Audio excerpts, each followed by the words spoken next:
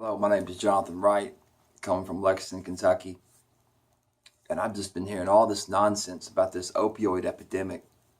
So I'd like to clarify what's actually going on. What we have here is not an opioid epidemic, it's an overdose epidemic. And yes, that's not just a play on words, that's a big difference with two very different solutions. So, what's causing the overdose epidemic?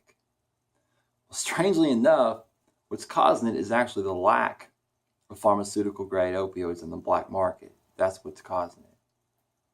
See, I'm a retired junkie and I retired 11 years ago.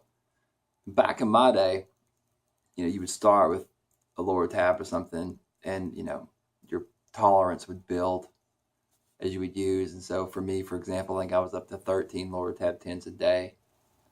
It's like, this is ridiculous. So then you move up to Dilaudid or something and you do that for a while. Then you move up to Oxycontin. And then finally, when your tolerance is sky high and you're broke as a joke, you move to heroin. And back then, heroin was hard to find and it was relatively safe, at least compared to today's stuff. I mean, not as many people overdosed at all. In fact, I don't remember anyone overdosing that I was hanging out with back then, strangely enough. So what's going on now? Well, it's really interesting. You see, contrary to what you're hearing on the news, I deal with drug dealers and drug addicts all the time, and no one, at least in Kentucky, is using or abusing pharmaceutical opioids. They're long gone. The well is dried up. It's just not around anymore. So what is around?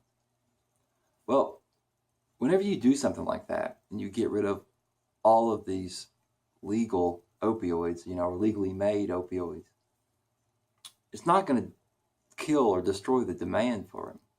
I mean, the demand stayed sky high. So something had to fill that gap. So heroin did. Pretty easy to understand, right? I mean, it'd be like in Prohibition. They got rid of all the booze. Something had to fill the demand for the booze. So bathtub gin did. Very similar concept. But see, it's not just heroin. Like I said, heroin by itself is relatively safe. Relatively being a relative word. I mean, it depends. If you are an opiate addict and you know what you're doing, it's relatively safe. But it's not anymore. That's the thing. If you are a 2-year heroin addict, you are not safe. Where back in the day, you could safely say you were kind of safe because you would know your dose.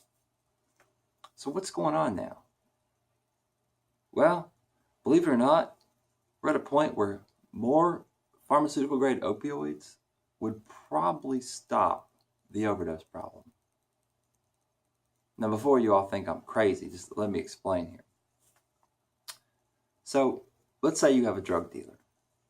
And this has been going on since the beginning of heroin, since the beginning of buying heroin from cartels. But the cartel would, or the drug dealer would go down to the cartel. And just to make this easy, let's say they would buy 1 kilo of heroin, right? Now, this is what always happens. That drug dealer would take 30% of inactive ingredients, mix it all in the kilo, split it up into quarters. Now, they do that to increase their supply. It's called cutting or stepping on, right? So then they push out their heroin to the next level dealers, usually in quarters. All right, so then you have the guy who buys the quarter. He takes his quarter, he puts about 30% of inactive ingredients in it. So now he's got 1.3 quarters, got more supply. Then he pushes that out to the next level dealer, who typically buys it in an ounce form. Now that level dealer puts about 10 to 30% of inactive ingredients in there, and then pushes it out to street level dealers. Right? Now street level dealers are usually buying anywhere between 1 to 3.5 to 5 grams. They're not buying too much. But they have a problem now. How are they going to make any money? They can't increase their supply because the heroin purity at this point is between 10 and 30%. And that's the way it's always been. It's literal junk. I mean, they mix all kinds of stuff in there. Quinine to flour to baby powder to sugar to you name it. And that's what the majority of this compound is when it gets to the street dealer.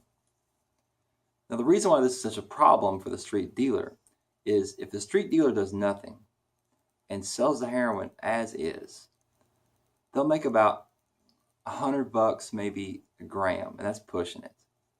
And typically with street dealers, you're going to be selling about a gram a day, maybe a little more.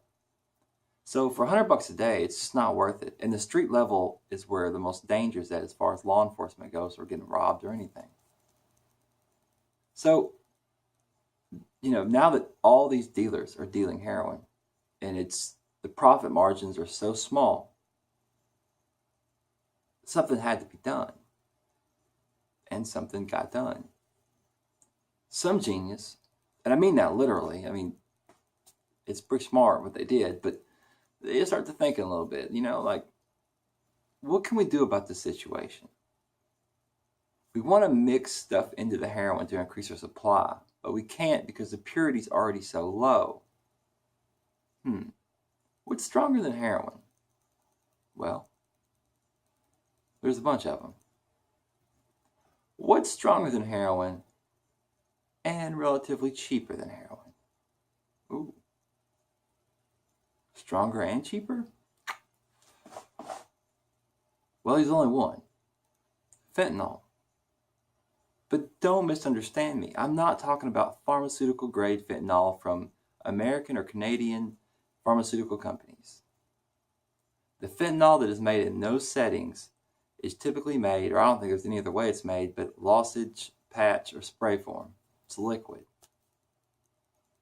So where are they getting powdered fentanyl from? The cartels. Where in the world are the cartels getting it from? Well, they're either making it themselves in labs, or, and which is probably the more probable cause here, they're buying it from China, like generic fentanyl in bulk. And if you don't believe me, go on the dark net, because it's being sold there. So now what? So these street level dealers they don't need much, buy a little fentanyl, put that fentanyl into the heroin. At that point, the heroin's purity is anywhere between, depending on the values here, 50 to 150% pure, right? So now they can cut it and they can increase their supply. So then they throw all the inactive ingredients in there, right? Now here's where the problem lies. So to tell this correctly, the best way to do it is to tell it in narrative form. So let's say we have a junkie named Jake, right?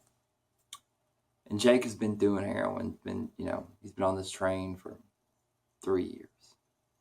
And he's almost entirely bought his junk from Joe. That's his dealer. That's his guy. He's been going to Joe every day for 3 years.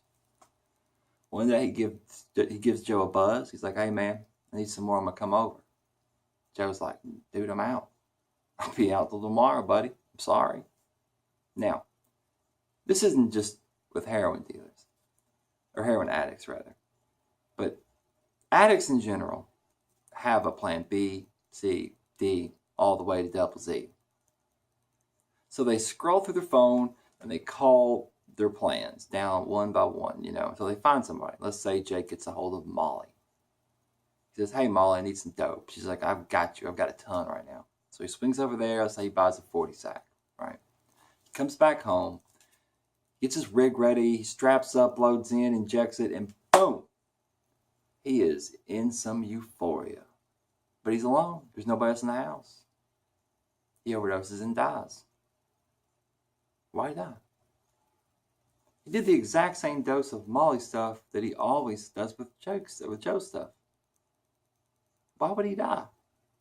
Well, because Molly adds a touch more fentanyl in her stuff than Joe does. And therein lies the problem. It's the varied amounts of fentanyl. No one knows how pure anything is. And fentanyl is extraordinarily powerful. So it's that lack of standardization that's causing this influx of overdoses that weren't there when I was an addict 11 years ago. Because no one needed to do that because there was pharmaceutical grade opioids, which are standardized. You know your dose. People now don't know the dose. It's that simple. And that's why anytime there's a new drug law passed that, bans pharmaceutical grade opioids and does all that kind of stuff, the overdoses are going to just keep going up. Keep going up. What is the answer? Who am I to say? But that's what's going on.